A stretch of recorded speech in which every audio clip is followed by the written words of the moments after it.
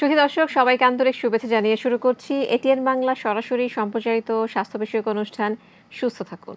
আপনাদের সাথে রয়েছে আমি ডাক্তার তানিয়া রহমান মিতুল। দর্শক, আজ আমরা খুবই গুরুত্বপূর্ণ একটি বিষয় নিয়ে কথা বলবো হৃদরোগ চিকিৎসায় বর্তমান এবং ভবিষ্যৎ, এবং অবশ্যই বাংলাদেশ প্রেক্ষাপট নিয়ে আমরা কথা বলবো। আমাদের সাথে আজ এদেশের একজন স্বনামধন্য সুচিকিৎসক উপস্থিত রয়েছেন। আমাদের সাথে রয়েছেন doctor Mohammad Mezba Uddin, associate consultant cardiac surgery, square হাসপাতাল লিমিটেড। দর্শক, আমাদের এই আলোচনায় আপনারা অংশগ্রহণ করতে পারেন আমাদের স্ক্রিনে দেখানো নাম্বারে ফোন করার মাধ্যমে। অবশ্যই অনুরোধ করব ফোন করার সময় টিভির ভলিউমটি একটু কমিয়ে নেবার জন্য। স্যার, প্রথমে অনুষ্ঠানের পক্ষ থেকে আন্তরিক শুভেচ্ছা। কেমন আছেন? আলহামদুলিল্লাহ, ভালো আছি। স্যার, আসলে আমরা খুবই গভীর শোকের মাধ্যমে জানাবো যে গত কিছুদিনের মধ্যে আমাদের প্রায় ৩ জন চিকিৎসক কিন্তু আমাদেরকে ছেড়ে চলে গেছেন, এবং আমরা যেটা জেনেছি যে আসলে ৩ জনই কিন্তু আসলে হৃদরোগে মারা গেছেন। তো স্যার, এক্ষেত্রে আসলে আমাদের কি করণীয়, কিংবা ইমিডিয়েটলি আমরা কিছু করলে কি সমাধানটা ভালো হতো কিনা, একটু স্যার যদি বলতেন। ওকে, যদি আমরা প্রতিরোধের কথায় আসি, যে আগে কি করা উচিত ছিল বা কি করলে ভালো হতো, যেহেতু ওনারা ৩ জনই চিকিৎসক ছিলেন, তো দেখেন, চিন্তার বিষয়টা হচ্ছে একজন চিকিৎসক হয়েও যে সাবধানতাগুলো অবলম্বন করার কথা ছিল, আল্লাহ না করুক হয়তো ওনারা ওইটা ওইভাবে ম্যানেজ করতে পারেননি। যে কোনো কারণে চিকিৎসকদের স্ট্রেস, মানসিক প্রেশারগুলো অনেক বেশি থাকে, অনেকগুলো ফ্যাক্টর আছে যেগুলোতে ইচ্ছা করলেও অ্যাভয়েড করতে পারে না।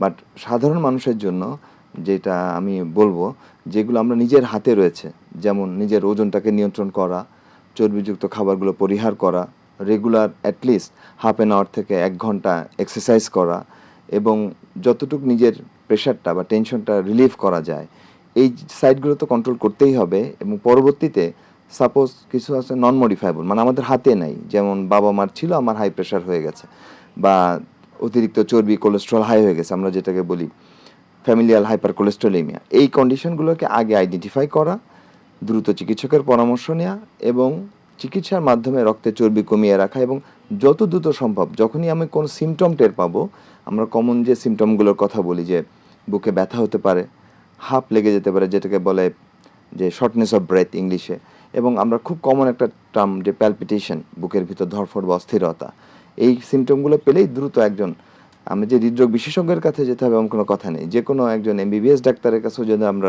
শরণাপন্ন হই, প্রাইমারি কিছু টেস্টের মাধ্যমে আগেই আমরা রোগ নির্ণয় এবং চিকিৎসকের পরামর্শ নিলে এই হঠাৎ মৃত্যু থেকে হয়তো রক্ষা পেতে পারি। স্যার, এই যে প্রথমে আমরা একজন চিকিৎসকের কাছে যাব, ডায়াগনোসিসের জন্য কিছু ইনভেস্টিগেশন করতে হবে, সেগুলো আসলে কি? খুব প্রাথমিক কিছু ইনভেস্টিগেশন, যেটা এখন আসলে উপজেলা হাসপাতালেও সম্ভব। একটা ইসিজি করলে ট্রোপোনিন আই বলে একটা টেস্ট করা হয়, যেটা রক্তের একটা এনজাইম, যেটা হার্ট অ্যাটাকে বৃদ্ধি পায়। এবং একটু অ্যাডভান্স জায়গায় একটা ইকোকার্ডিওগ্রাম, এখন জেলা শহরগুলোতে ভালো ভালো কালার ডোপলার ইকোর ফ্যাসিলিটিস চলে আসছে। এই 3টা পরীক্ষা প্রাইমারিলি একটা হার্টের রুগীকে শনাক্ত করার জন্য যথেষ্ট। আর একটু অ্যাডভান্স যদি আমরা টেস্টের কথা বলি, সেখানে ইটিটি, এক্সারসাইজ টলারেন্স টেস্ট, একটা মেশিনের উপরে কিছুক্ষণ দৌড়িয়ে হার্টের গতি বৃদ্ধি করে দেখা হয় রক্তে ব্লক আছে কিনা। এই জিনিসগুলো প্রাইমারি সম্ভব। নেক্সট আসেন অ্যাডভান্স ট্রিটমেন্ট।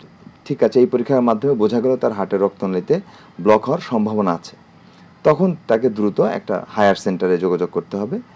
আর সাধারণ মানুষের জন্য খুবই ইজি হয়ে গেছে এখন, যেহেতু আমাদের জাতীয় হৃদরোগ হাসপাতাল, ওনারা এখন প্রাইমারি পিসিআই সাপোর্টটা দিচ্ছে। প্রাইমারি পিসিআই হঠাৎ কোনো রুগীর যদি সাডেন হার্ট অ্যাটাক হয়, আল্লাহ না করুক, সে যদি জাতীয় হৃদরোগ হাসপাতাল পর্যন্ত সে পৌঁছাতে পারে, তার অ্যানজিওগ্রাম করানো এবং তার হার্টে যে রিং পরানো, এটা সরকার সম্পূর্ণ ফ্রিভাবে করে দিচ্ছে। এবং প্রতিদিন আপনারা জানবেন, অনেক রুগী এভাবে হার্টে স্টেন বা রিং পরানোর মাধ্যমে সুস্থ হয়ে বাড়ি ফিরছেন। তো প্রথমত আমি বলবো যে ইসিজি, ইকো, ইটিটি করা, এবং যদি ওটাতে পজিটিভ কোনো ফাইন্ডিংস আসে, দ্রুত একটা অ্যানজিওগ্রাম করে ফেলা, করে আমি কনফার্ম হয়ে গেলাম আমার ব্লক আছে কি নাই। স্যার, আমরা তাহলে ম্যানেজমেন্টটাই জানবো। যদি আসলে ব্লক থাকে, তাহলে আসলে ইমিডিয়েটলি কি করণীয়? অনেক একটা এখন বলবো আমি, যে এটা বার্নিং কোশ্চেন, যখনই একটা পেশেন্ট অ্যানজিওগ্রাম করছে, তখন 3টা আমি বলি আমার রুগীদের ক্ষেত্রে 3 রকম সিদ্ধান্তে তারা উপনীত হয়। প্রথম, যে কত % ব্লক আছে স্যার, এটা কি আমার কি এখনই রিং পরাতে হবে কিনা। আর একটা গ্রুপ বলে স্যার রিং না পরায় বাইপাস করব কিনা, রিং ভালো হবে না বাইপাস ভালো হবে। তো অনেকগুলো প্রশ্ন, হ্যাঁ, 3টা প্রশ্ন। 3টা কোশ্চেন মেনলি ইস্যু হয়। প্রথম কথা হচ্ছে, অ্যানজিওগ্রামে যদি সিগনিফিকেন্ট ব্লক না থাকে, সাপোজ 20% 30% ব্লক, তখন কিছুই প্রয়োজন নাই। আমি লাইফস্টাইল মডিফিকেশন করব, আমি ডায়াবেটিস নিয়ন্ত্রণ করব, ওজন নিয়ন্ত্রণ করব, নিয়মিত ওষুধ খাবো, ভালো থাকবো, যাতে এটা আমার আর না বাড়ে। নেক্সট গ্রুপ আসেন যে সিগনিফিকেন্ট ব্লক আছে লাইক 80-90%, তখন কোশ্চেন আসবে একটা, দুইটা না তিনটা রক্তনালী। যদি একটি ব্লক থাকে অবশ্যই আমি সাজেস্ট করব, যদি রিং পরালে ভালো হয় এবং রিং পরানোর মতো জায়গা থাকে, রিং পরাই সমাধান করে নেওয়া ভালো। কারণ আমরা কেউ চাচ্ছি না ওপেন হার্টের মতো একটা বড় সার্জারিতে পেশেন্টকে ইম্পোজ করতে। কিন্তু যদি 2 বা ততোধিক ব্লক থাকে এবং সেগুলো রিংয়ের মাধ্যমে সমাধান সুন্দর হবে না, কার্ডিওলজিস্টে সাজেস্ট করেন যে আপনি বাইপাস করে নেন। তখন আমাদের উচিত হবে কোন সেন্টার বা কী করবে এটা রুগীর choice, but better to do bypass. Sir অনেকেই ভয় পান যে বাইপাস মানে কি? বাইপাস মানে কি একদম পুরা থোরাসিক কেজ কেটে হার্ট বের করে ফেলে? অনেকে বলে যে হার্টটা বের করে বাইরে নিয়ে আসে। অনেক কিছু, অনেক মিথ আমরা শুনি। স্যার যদি একটু ক্লিয়ার করে বলতেন। আসলে আমরা যদি বলি যে যখনই আমরা রুগীকে বলি যে আপনার বাইপাস সার্জারি করতে হবে, তখন সবচেয়ে কমন কোশ্চেন করে, স্যার এটা কি ওপেন হার্ট সার্জারি? এই যে ওপেন হার্ট সার্জারি কী জিনিস, বাইপাস সার্জারি কী জিনিস? বেসিক্যালি যে অপারেশনে আমরা হার্টকে ওপেন করব সেটাই ওপেন হার্ট সার্জারি। সেই জন্য যদি বলি সিএবিজি বা বাইপাসও একটা ওপেন হার্ট সার্জারি, কিন্তু এখানে কোনো বুক কেটে ফেলে হার্ট বাইরে বের করে ফেলা হয় বা এরকম কিচ্ছু না। যেটা সেখানেই থাকে। আমরা যেটা করি, আমরা যে বাইপাসের জন্য যে রগগুলো আমাদের লাগে, এখন তো বাংলাদেশে আপনি জেনে খুশি হবেন, এখন আর ওইভাবে যে হাত পা কেটে ফেলা হচ্ছে না। আমাদের এখন এন্ডোভাস্কুলার হারভেস্টিং মেশিন চলে আসছে, যেটা আমেরিকান পদ্ধতি, যেটা সিঙ্গাপুরে করা হয়। আমরা মেশিনের মাধ্যমে ছিদ্র করে রগ বের করে নিতে পারছি। সো রুগী পরের দিন থেকে তার হাঁটা চলা স্বাভাবিক হয়ে যাচ্ছে, ডায়াবেটিস নেই, ইস্যু নাই, তার পায়ের কোনো ক্ষত থাকছে না। এবং আমরা এখন সবচেয়ে অ্যাডভান্স টেকনোলজি, যেটা অ্যাডভান্স মানে বিটিং হার্ট বাইপাস, হার্ট চালু রেখে বাইপাস করছি, যেটা অন্য অন্য অপারেশনে রুগী 4-5 ঘন্টা পরেই রুগী জ্ঞান ফিরছে, স্বাভাবিক খাওয়া দাওয়া করছে এবং মনে হচ্ছে অ্যাজ ইফ একটা নর্মাল সার্জারি হয়েছে। সো এইটাই ইস্যু যে ওপেন হার্ট সার্জারি মানে বুক কেটে ফেলা হবে, হার্ট বের করে ফেলা হবে, এরকম কোনো কথা নেই। স্যার এবার জানতে চাইবো যে আসলে ওপেন হার্ট সার্জারির পরে কি একটা মানুষ তার স্বাভাবিক জীবনে ফিরে যেতে পারবে কিনা? হ্যাঁ, এখন সব রুগীরই প্রথম টার্গেট থাকে যে কিভাবে আমি সুস্থ হব, কিভাবে সুস্থ জীবনে ফিরবো এবং পরবর্তী ভালো থাকবো। এখন অপশনগুলো অনেক রকম আমরা অফার করি, লাইক মিনিমাল ইনভেসিভ সার্জারি। কেউ বলে স্যার আমার হাতের রক্তনালী দিয়ে বাইপাস করতে চাই, স্বাভাবিকভাবে শুনে যে এখানে করা হয় এরকম, বা বুক না কেটে স্যার পাশ দিয়ে ছিদ্র করে করা যায় কিনা। অনেক রকম অপশন এখন আমাদের দেশে অ্যাভেলেবেল, এবং আপনি জেনে খুশি হবেন যে রোবট অলরেডি বাংলাদেশে চলে আসছে, আমরা রোবোটিক সার্জারির দিকে আগাচ্ছি। তো আমি পেশেন্টকে যেভাবে ব্রিফ করি, আজকে সকালেও আমি একজন পেশেন্টকে এটা বলার পর সে ভর্তি হয়েছেন ওপেন হার্ট সার্জারির জন্য। তার অপশন ছিল যে স্যার আমার বুকটা না কেটে সাইড কেটে করা যাবে কিনা, বা হাতের রগ না নিয়ে পায়ের রগ, একটা অনেক রকম অপশন পেশেন্টের আশা থাকতেই পারে বা জানার ইচ্ছা থাকতেই পারে। তো ইস্যু হচ্ছে আমি তাকে একটা স্যার আমরা বলছি। এই বিষয়ে একদম ডিটেইল জানবো। আমাদের সঙ্গে একজন দর্শক অপেক্ষা করছেন ফোনে, আমরা ফোনটি Okay. নিচ্ছি। হ্যালো দর্শক, আসসালামু আলাইকুম। জি, ওয়ালাইকুম আসসালাম। আসসালামু আলাইকুম আপু। আমি একটু প্রশ্ন করতে চাচ্ছিলাম স্যারকে, যে একবার যদি একজনের ওপেন হার্ট সার্জারি হয়, বাইপাস যদি হয়ে থাকে, তারপরেও কি আবার হার্টের ব্লক হওয়ার পসিবিলিটিস আছে কিনা? অনেক ধন্যবাদ স্যার, এই প্রশ্নটা কিন্তু আমার মনেও ছিল। হ্যাঁ, এটা খুবই ভালো কোশ্চেন। এটা সম্ভাবনা তো থাকবেই, কারণ হচ্ছে আমাদের একটা এজিং প্রসেস, একটা আর্টারির যে বাইপাসের যে লংগিভিটি, বিভিন্ন রকম স্টাডি আছে, সেখানে দেখা যায় অনেক রোগীর 8 থেকে 10 বছর, 10 থেকে 15 বছর বা এর বেশি সময়ও বাইপাসটা টিকে থাকে। কিন্তু এবং হার্টের যেটা মানে স্বভাব, অটোমেটিক কিছু অটোমেটিক বাইপাসও ডেভেলপ করে, তারপরেও বাইপাসটা বন্ধ হয়ে যাওয়ার সম্ভাবনা রয়েছে। সেক্ষেত্রে এই পার্সেন্টেজ একেবারে কম না। আমরা যদি পরিসংখ্যান দেখি 3-5% বা 5-10% পেশেন্টের 5 থেকে 7 বছরের মধ্যে বাইপাস বন্ধ হয়ে যায়। তখন আমরা যেটা করি, আমরা আবার অ্যানজিওগ্রাম করে দেখি যে কয়টা বন্ধ হয়েছে। প্রথমে আমরা চেষ্টা যেটা করি যে রিং বা স্টেন্টিংয়ের মাধ্যমে খোলার, না হলে যে অপশনটা থাকে রিডু বাইপাস, একটা বাইপাস করা রুগী আবার আমরা বাইপাস করেছি এবং সেই রুগীগুলো এখনও ভালো আছে। সেক্ষেত্রে অন্য অপশনাল রগ নেওয়া হয়, but it's a big surgery, but it's still possible. এটা বাংলাদেশে পসিবল। বাংলাদেশে পসিবল এবং আমরা অনেক করেছি, ভালো আছে রোগীগুলো। দর্শক আশা করি আপনি আপনার উত্তর পেয়েছেন। যেমন ভয় রয়েছে বাইপাস সার্জারি লাগতে পারে, আবার আশাও রয়েছে যে বাংলাদেশেই কিন্তু যে বাইপাস হচ্ছে। স্যার আমরা কথা বলছিলাম আসলে বাইপাস সার্জারি কিভাবে আপনারা করেন। ওকে, অনেক ধরনের প্রসিডিউর রয়েছে। অনেক ধরনের প্রসিডিউরের মধ্যে আমি যেটা বলতে চাচ্ছিলাম যে এখন যেটা সবচেয়ে বার্নিং ইস্যু, সবাই জানতে চাচ্ছে যে স্যার এই যে বুকের মাঝখানে না কেটে পাশ দিয়ে কেটে সার্জারি পসিবল কিনা। এখন বাংলাদেশের যে জাতীয় হৃদরোগ হাসপাতাল, ন্যাশনাল হার্ট ফাউন্ডেশন, যেগুলো আমাদের সরকারি ইনস্টিটিউট, প্রাইভেট যেগুলো বড় প্রাইভেট বেসরকারি হাসপাতালে রয়েছে, আমি একটা বেসরকারি হাসপাতালে কাজ করি। তো এইসব জায়গাতে সবাই একটু অ্যাডভান্স কেয়ারটা চায় যে আরেকটু বেটার স্যার। তো সেক্ষেত্রে আমরা অফার করছি যে মিনিমাল ইনভেসিভ সার্জারি, বুকের মাঝখানে না কেটে 5 ডে কেটে আমরা সার্জারিটা করছি। কিন্তু সব পেশেন্ট আসলে not fit for this case. Suppose একটা ব্লক আছে, মিড ক্যাপ আমরা বলি, একটা রক্তনালী লাগিয়ে দিলেই হবে, এবং ব্লকটা এমন জায়গায় আছে ওর জন্য 5 কেটে কটা সেভ, সেক্ষেত্রে আমরা অফার করি মিনিমাল ইনভেসিভ সাইড কেটে। অথবা মাল্টিভেসাল ব্লক, কিন্তু ব্লকগুলো এমনই লোকেশনে আছে যেখানে খুব সুন্দরভাবে তার বাইপাসটা সম্পন্ন হবে, তখনও আমরা মিনিমাল ইনভেসিভ অফার করি। মেইনলি ইস্যু হচ্ছে, আমি পেশেন্টদেরকে যেটা বলবো, সাধারণ মানুষের কাছে মেসেজ, আপনি আপনার চিকিৎসককে বিশ্বাস করে তারপরে আপনি ছেড়ে দিবেন যে sir I need a proper bypass, যাতে আমি সুস্থ হয়ে বাড়ি যেতে পারি, বাকি জীবন ভালো থাকতে পারি। কোথা থেকে নেবেন, কিভাবে করবেন, কোন প্রসিডিউর আপনি অবলম্বন করবেন, it's up to you. Then you will get a good service. আপনি একটা ভালো সার্ভিস পাবেন, চিকিৎসক আপনার সর্বোচ্চটা করবে। চিকিৎসক অবশ্যই, এবং যারা হৃদরোগ বিশেষজ্ঞ রয়েছেন তারা তো অবশ্যই সাধারণ একজন মানুষের চেয়ে ভালো সাজেশন দিতে পারবেন। স্যার, এখন যেটা জানতে চাইবো যে এত কিছু বাইপাস সার্জারি, স্ট্যান্টিং, এত কিছু যে আমরা বলছি, প্রতিরোধ করা কি যেত? প্রতিরোধের জায়গাটায় তো প্রথমে আমরা কথা বললাম যে কিছু আছে, যে বললাম মডিফায়েবল রিস্ক ফ্যাক্টর, যেটা আমরা চেঞ্জ করতে পারি। আমরা ইচ্ছা করলে আমাদের টেনশনটাকে একটু রিল্যাক্সেশনের মধ্যে আনতে পারি, মেন্টাল প্রেশারটা কমাইতে পারি, ডায়েটের মধ্যে চেঞ্জ আনতে পারি, ইচ্ছা করলে চিনি খাওয়াটা কমাই দিতে পারি, গরুর মাংস বা ব্রেড মিট, যেটা খাসির মাংস, তেল চর্বি, চিংড়ি মাছ, যেটা সবাই বলছে, হয়তো আমরা ডাক্তার নিজেরাও বলছি, কিন্তু কতটুকু খাচ্ছি এবং পালন করতে পারছি না।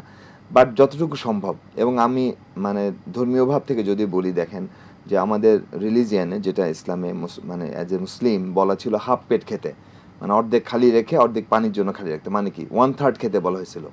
বাট এটা তো আমরা কেউ মানি না, যখন আমরা খাচ্ছি একদম ফুল খাচ্ছি। এই একটা জায়গাতে খুব বড় জায়গা যে এইটা। আর পার্সোনাল লাইফস্টাইলের ক্ষেত্রে আমি বলবো যে প্রতিদিন at least half an hour to 1 hour exercise, it's a 1 hour must. Exercise খুবই জরুরি। স্যার, আমরা এই বিষয়ে আরো কথা বলবো। আমাদের সঙ্গে দর্শক রয়েছেন, আমরা ফোনটি নিচ্ছি।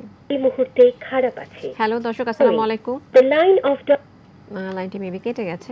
তো স্যার, আবারও প্রশ্ন, কোনটা আসলে ভালো, স্ট্যান্টিং যেটা রোগীরা রিং বলছে, নাকি বাইপাস ভালো? এটা আসলে একটা ওয়ার্ল্ড ওয়াইড ডিবেট।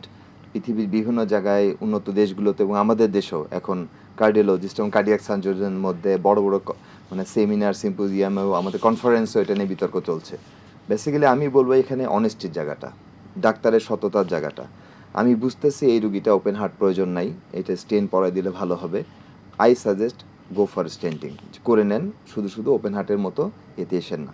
আর যখন কার্ডিওলজিস্ট মনে করবেন যে এই রক্তনালীগুলো এমনভাবে বন্ধ হয়েছে, এখানে রিং পরাইলে পেশেন্ট ভালো বেনিফিট পাবে না, আমরা বলি আইএসআর, মানে কথাটা মানুষ ইন্ট্রাস্টেন্ট রিস্টেনোসিস, স্টেন্টের ভিতরে আবার চর্বি জমে বন্ধ হয়ে যাচ্ছে, 3টা রক্তনালী ব্লক, সেক্ষেত্রে তার যে খরচ আসবে, সেক্ষেত্রে ওই খরচে সে একবারে বাইপাস সার্জারি করে নিতে পারে। মেরিটস ডিমেরিটস সবই আছে, কিন্তু আমার মনে হয় যে পেশেন্ট সিলেকশন, পেশেন্টের জন্য যেটি বেনিফিটেড হবে, এটা আমি যে হৃদরোগের বিশেষজ্ঞের কাছে যাব বা যে সার্জনের কাছে যাব, তার অ্যাডভাইসটা আমার মনে হয় মেনে নেওয়া উচিত। যে যখন আমরা অফার করি যে লেটস গো ফর বাইপাস, আসলে এটা রুগীর জন্য প্রয়োজনেই বলা হচ্ছে, কারণ we have lot of patient, সবাই অনেক রুগী নিয়ে ব্যস্ত। এমন নয় যে রুগী কম, সেই জন্য একটা রুগী পেলে আমরা বাইপাস করে ফেলছি, বা cardiologist is full of patient, সে চাবে না যে একটা রুগীর স্ট্যান্ডিং করতে, মানে they have full of patient. এই জন্য রুগীদের বিশ্বাসের জায়গাটা, আমাদের আস্থার জায়গাটা মানে আমাদের অর্জন করতে হবে অ্যাজ এ ফিজিশিয়ান। যখন আমি রুগীকে বলবো ভাই আপনার বাইপাস করতে হবে, তখন যেন সে বিশ্বাসটা রাখতে পারে যে স্যার বলতেছে মানে আমার বাইপাসই করলে ভালো হয়। এই বিষয়টা আসলে খুব গুরুত্বপূর্ণ, যে অনেস্টির ব্যাপারটা, আস্থার ব্যাপারটা, এটা আসলে আমাদেরকে পেতে হবে, রিগেইন করতে হবে, মানে এটা আসলে খুব গুরুত্বপূর্ণ। স্যার খুব সুন্দর একটা কথা বলেছেন। তো স্যারের কাছে এবার যেটা জানতে চাইবো, যে হৃদরোগ হওয়ার আগে শরীর কি কোনো সিগন্যাল দেয়? শরীরের সিগন্যাল, হ্যাঁ, এটা একটা ভালো কোশ্চেন, যেটাকে আমরা ডাক্তারি ভাষায় সিমটম বলি। সিমটমের মধ্যে আমার মানে সবচেয়ে বড় যে সিমটমটা, সবার কিন্তু বুকে ব্যথা হবে না। আমরা মনে করি যে রুগীরা এসে বলে স্যার আমার তো বুকে ব্যথা হয় না, আমার কেন অ্যানজিওগ্রাম করে 3টা ব্লক ধরা পড়লো। কেউ বলছে যে আমার তো ওরকম হাঁপ লাগে না, আমি 3 তালা পর্যন্ত উঠে যেতে পারি, আমার ইটিটি করেছি, ইটিটি পর্যন্ত নেগেটিভ আসছে, কিন্তু অ্যানজিওগ্রাম করে 3টা ব্লক হয়ে গেল। তো বেসিক্যালি ফিল করতে গেলে 3টা সিমটম খুবই ইম্পর্টেন্ট। তার মধ্যে সবচেয়ে বড় যেটা, হাঁপ লেগে যাওয়া, অস্বাভাবিক দুর্বলতা, মানে আমি আগে 1 সিঁড়ি উঠতে পারতাম, এখন 2টা সিঁড়ি স্টেপ দিলে আমার হাঁপ লেগে যায়, মানে এটা একটা সবচেয়ে বড় সিমটম। এবং হাঁপ লাগার সাথে যেটা শর্টনেস অফ ব্রেথ বলি আমরা, প্যালপিটেশন, মানে এটা রুগীরা বলে যে আমার অস্বাভাবিকভাবে বুকের হার্ট রেটটা মনে হচ্ছে বেশি হয়ে যাচ্ছে। এটা আর অনেক বড় সিমটম যখন খুব টাইট ব্লক থাকে, সোয়েটিং, মানে তার একটু কাজ করলে ঘেমে মানে অনেক বেশি ঘাম হয় শরীরে। তবে এই সিমটমগুলো মাস্ক হয়ে যায় যদি তার ডায়াবেটিস থাকে। এটা খুব ডেঞ্জারাস একটা ইস্যু। ডায়াবেটিক পেশেন্ট কখনো বুকের ব্যথা ওইভাবে টের পাবে না, বিকজ তার ডায়াবেটিক নিউরোপ্যাথি থাকে। সে চেস্ট পেন ওইভাবে টের পায় না। বড় ম্যাসিভ হার্ট অ্যাটাক হয়ে গেছে, লো বিপি নিয়ে, কার্ডিয়াক অ্যারেস্ট নিয়ে, কার্ডিওজেনিক শক নিয়ে ইমার্জেন্সিতে আসছে, but he had no history of chest pain. এই জন্য ওইভাবে সিমটম না, আমার মনে হয় একটু কোনো অসুবিধা বোধ করলেই হৃদরোগের পরামর্শ নেওয়া উচিত। স্যার আমাদের সঙ্গে এক দর্শক রয়েছেন ফোনে, আমরা ফোনটি নিচ্ছি। হ্যালো দর্শক, আসসালামু আলাইকুম। ওয়ালাইকুম আসসালাম। জি, আপনার আমি প্রশ্ন করতে চাচ্ছিলাম ডাক্তার সাহেবের কাছে, আমার 88 সালের পর থেকে আমার ইসিজি রিপোর্ট ভালো আসে না, কিন্তু 92 পরের থেকে আমার হাতে বা হাত মাঝে মাঝে প্রচন্ড ব্যথা হয়। এত ব্যথা মনে হয় পুরো হাতটা ছিঁড়ে যাচ্ছে, আবার হয়তো আল্লাহর রহমত হয় কমে যায় ব্যথাটা। এইভাবে চলতেছে এত বছর। তা এটা কি আমার হার্টের সমস্যার জন্য হচ্ছে? আচ্ছা ঠিক আছে, আপনি খুব সুন্দর একটা প্রশ্ন করেছেন, আমরা স্যারের কাছ থেকে উত্তরে জেনে নিচ্ছি। আচ্ছা, এই দেখেন উনি বলছে ওনার বাম হাতটা ব্যথা করছে, প্রচণ্ড ব্যথা করছে, ইসিজি নর্মাল আসতেছে। তার মানে বাম হাতের ব্যথার কারণ কিন্তু শুধু হার্ট না।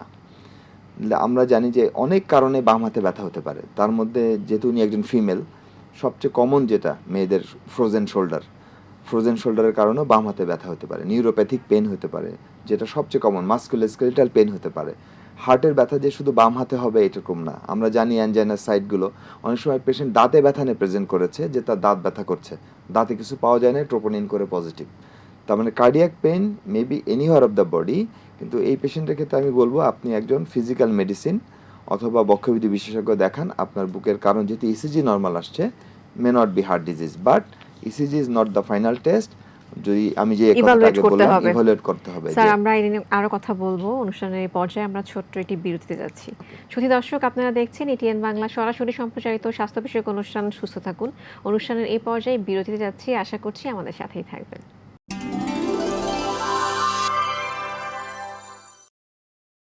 সুধী দর্শক, আপনারা দেখছেন এটিএন বাংলা সরাসরি সম্প্রচারিত স্বাস্থ্য বিষয়ক অনুষ্ঠান সুস্থ থাকুন।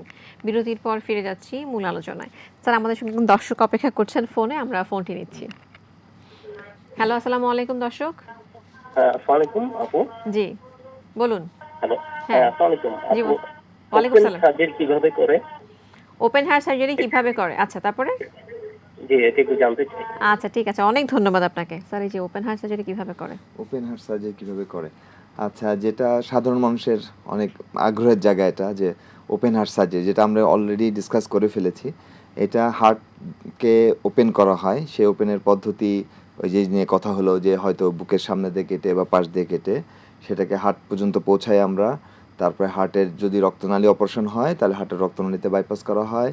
যদি হার্টে ছিদ্র অপারেশন করতে হয় তাহলে হার্টকে বাইপাসে যেয়ে বরফ পানি দিয়ে ঠান্ডা করে হার্টকে কেটে ছিদ্র বন্ধ করে আবার সেই হার্টকে রিপেয়ার করে ফিরিয়ে আনা হয়। এবং যদি হার্টের ভাল্ব নষ্ট থাকে সেক্ষেত্রে ওপেন হার্ট সার্জারির মাধ্যমে হার্টকে কেটে ভাল্ব কেটে ফেলে দিয়ে নতুন ভাল্ব প্রতিস্থাপন করে আবার হার্টকে রিপেয়ার করে হার্টকে ফিরিয়ে আনা হয়। এই সব পদ্ধতি ওপেন হার্ট সার্জারির মধ্যে পড়ে। স্যার আসলে শুনেই ভয় লাগছে। তো স্যারের কাছে জানতে চাইবো যে হার্ট অ্যাটাক হয়ে গেল, কখন আসলে বাইপাস করতে হবে? ওকে, এখন যদি বলে যে প্রাইমারি পিসিআই যে কথাটা বলছে সবাই, যে হার্ট অ্যাটাকের খুব দ্রুততম সময় যদি আপনি যত আর্লি সম্ভব উইদিন 24 আওয়ার্স যদি ভালো একটা সেন্টার রিপোর্ট করতে পারেন, যেটা আমি কথা বললাম যে জাতীয় হৃদরোগ হাসপাতাল, যে সরকারিভাবে এবং প্রাইভেট যতগুলো হাসপাতাল আছে ঢাকাতে যারা কার্ডিয়াক সেবা দিচ্ছে, যদি 24 ঘন্টার মধ্যে আমরা রুগীটা নিয়ে পৌঁছাতে পারি, সাথে সাথে তারা একটা অ্যানজিওগ্রাম করবে এবং রক্তনালী খুলে দেওয়ার চেষ্টা করবে, যেটাকে প্রাইমারি পিসিআই বলে। কিন্তু কথা হচ্ছে ওই যে ব্লকের ধরন এবং টাইপ এবং নাম্বার। যদি দেখা গেল যে 2 বা ততোধিক রক্তনালী বন্ধ এবং এটাকে রিং পরানোর মতো নাই, যেটাকে আমরা ডিফিউজ ডিশন বলি, বাইপাস লাগবে, তখন 2 রকম থট আছে।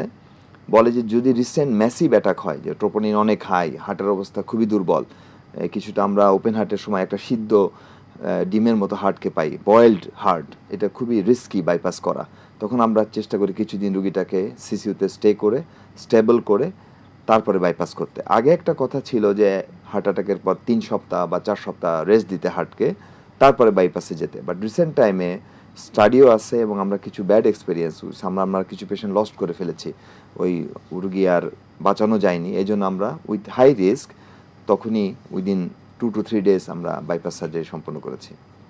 সুন্দর বলেছেন স্যার। আমাদের সঙ্গে দর্শক রয়েছেন ফোনে, আমরা ফোনটি নিচ্ছি। হ্যালো দর্শক, আসসালামু আলাইকুম।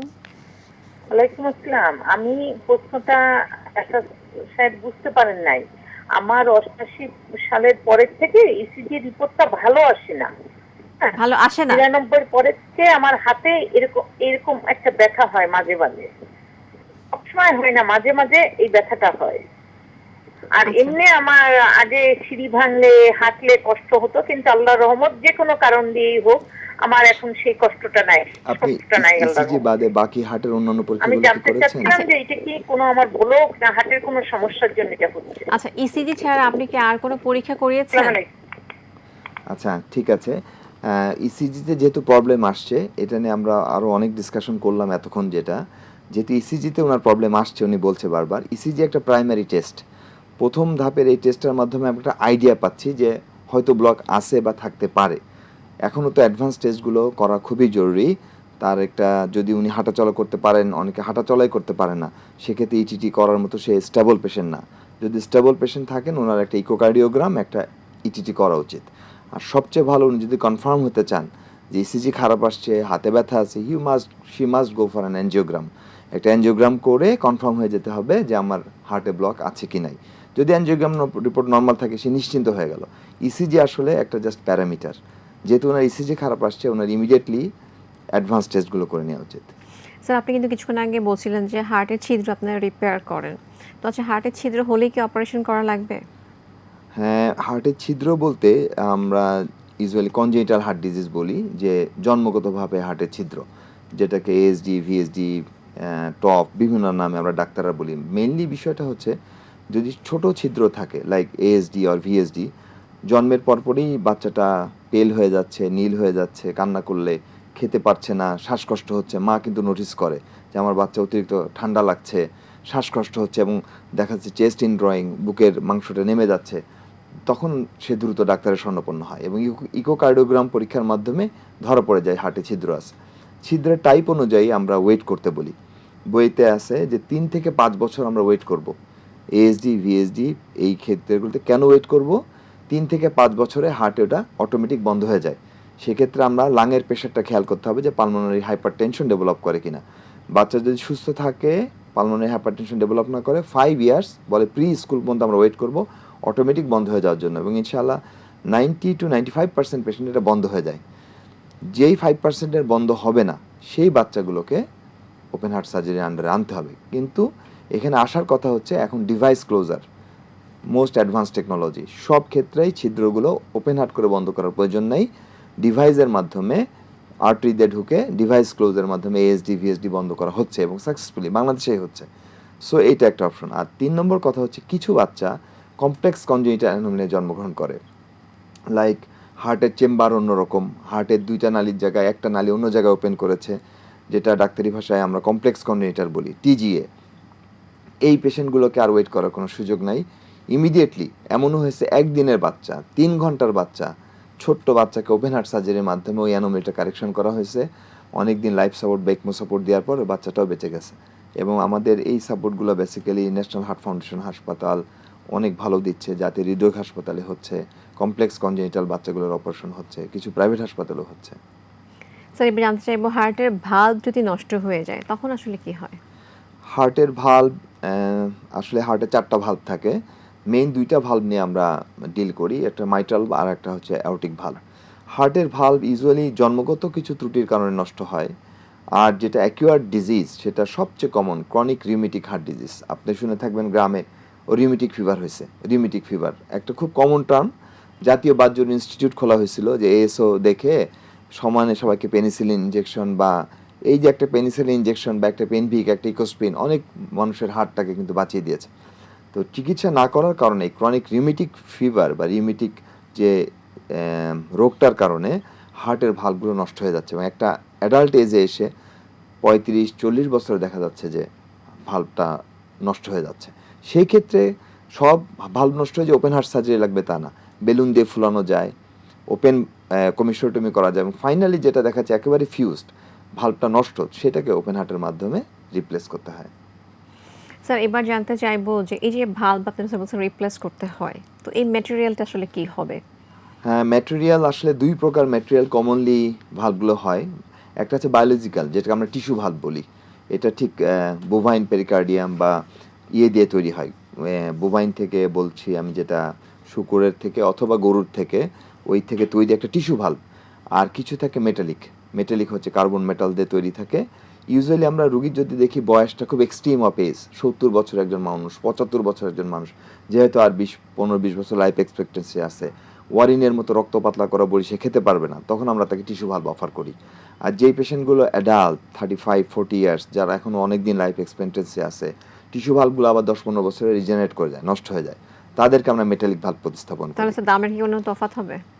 দামে তো বিস্তর তফাৎ, মানে মেটালিক ভাল্বগুলো অনেক কম দাম। এখনও বাংলাদেশে প্রায় 1 লাখ টাকার কমে দামে মেটালিক ভাল্ব পাওয়া যায়। টিস্যু ভাল্বগুলো অনেক হাই প্রাইস, 3 থেকে 4 লক্ষ টাকা দাম। তবে এটা দামের চেয়ে আসার খবর হচ্ছে জাতীয় হৃদরোগ হাসপাতালে স্টিল যদি সরকারিভাবে কেউ দরখাস্ত করেন, ফ্রি ভাল্ব সাপ্লাই দেওয়া আছে। একটু সময় লাগে, বাট ফ্রি ভাল্ব প্রতিস্থাপনের ব্যবস্থা বাংলাদেশে আছে। খুব গুরুত্বপূর্ণ একটা ইনফরমেশন আমরা পেলাম স্যার। অনুষ্ঠানের শেষ পর্যায়ে দর্শকদের জন্য একটা take home message. Take home message হচ্ছে যে সবার জন্য সময় ফিক্সড, আমরা কেউ আমাদের আয়ু বাড়াতে পারবো না, সবাইকে চলে যেতে হবে। বাট সবাইকে আমি যেটা বলি, সুস্থভাবে বেঁচে থাকার জন্য যে চেষ্টা, কারণ একটা মানুষ হার্ট অ্যাটাক করলে, হার্ট ফেলিওরে গেলে, হার্টে ব্লক আসলে, বাইপাস সার্জারি করলে যে লাইফটা লিমিটেশন চলে আসে, তার চলাফেরায়, তার কাজকামে, মাথার ভিতর থাকে যে আমাদের হার্টে রিং পরানো বা আমার একটা বাইপাস করা। তো আর্লি ডায়াগনোসিস এবং ট্রিটমেন্ট, আমরা সচেতন থাকার চেষ্টা করি, লাইফস্টাইলটা মডিফিকেশন করি, ওয়েটটা কমায় রাখি, রেগুলার এক্সারসাইজ করি এবং দ্রুত শনাক্ত এবং চিকিৎসা। যখনই আমি কোনো একটা রোগে আক্রান্ত হইলাম, বিশেষ করে হৃদরোগ ধরা পড়লো, immediately I have to take treatment. হয় রিং পরাই নিব, নাহলে বাইপাস করে নেব, রোগটা চেপে রাখবো না, তাহলে যে কোনো সময় একটা অ্যাক্সিডেন্ট হয়ে যেতে পারে। আপনাকে স্যার অনেক ধন্যবাদ। আমরা আশা করছি আমাদের আজকের আলোচনা থেকে দর্শকরা উপকৃত তো অবশ্যই হয়েছেন, সেই সাথে সচেতন হবেন। তোমাকে ধন্যবাদ। সত্যি দর্শক, আমরা যেটা জানলাম, হৃদরোগে নানান জটিলতা রয়েছে আধুনিক চিকিৎসাও, এবং আমাদের দেশেই রয়েছে আধুনিক চিকিৎসা নিয়ে সুস্থ সুন্দরভাবে সকলের জীবন। বিদায় নিচ্ছি আজকের সুস্থ থাকুন থেকে। আবারও দেখা হবে নতুন কোনো স্বাস্থ্যের তথ্য নিয়ে। সেই পর্যন্ত সকলে খুব ভালো থাকুন, এটিএন বাংলার সাথেই থাকুন। আল্লাহ হাফেজ।